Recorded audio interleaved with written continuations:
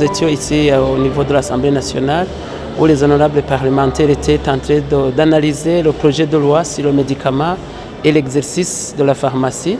Et nous nous réjouissons que les honorables parlementaires ont pu amender et enrichir le document qui est venu du gouvernement du Burundi.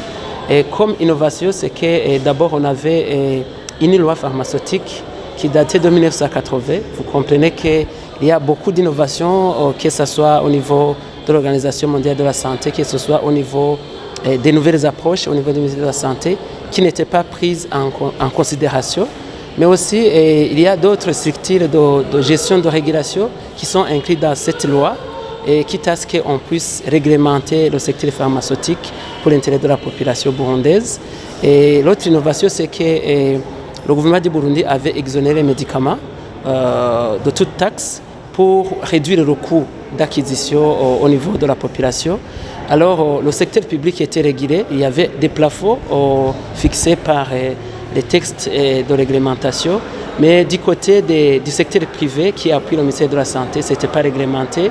Et il advenait que s'il y a une unité de stock ici et là, il y avait l'augmentation excessive des coûts des médicaments, ce qui entraînait la limite d'accessibilité par rapport au pouvoir d'achat de la population. Donc, nous nous réjouissons que cela a été apporté comme amendement par les honorables parlementaires. Ça va faciliter l'accessibilité aux médicaments. Nous nous sommes référés sur les quotas qui sont appliqués au niveau du secteur public, ou par exemple au niveau de la Camebu, par rapport au coût d'importation à l'OBR, il applique 15%.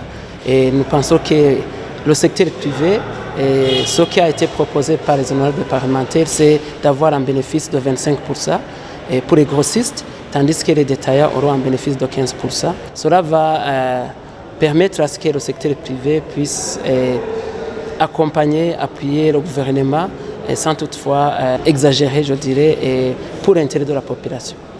L'autre innovation, c'est qu'au départ, on avait le code de la santé qui avait été scindé en 3 codes. Le code de l'offre de soins et de services de santé qui avait été promulgué, mais aussi il y a le code d'hygiène et assainissement. Et le dernier code, c'était le code sur le médicament et l'exercice de la pharmacie pour constituer les 3 livres. Donc maintenant, le ministère de la Santé aura tous les textes réglementaires, aura tous les textes et lois pour pouvoir bien accomplir sa mission et réguler le secteur pharmaceutique et promouvoir la prévention des maladies, mais aussi offrir le traitement adéquat.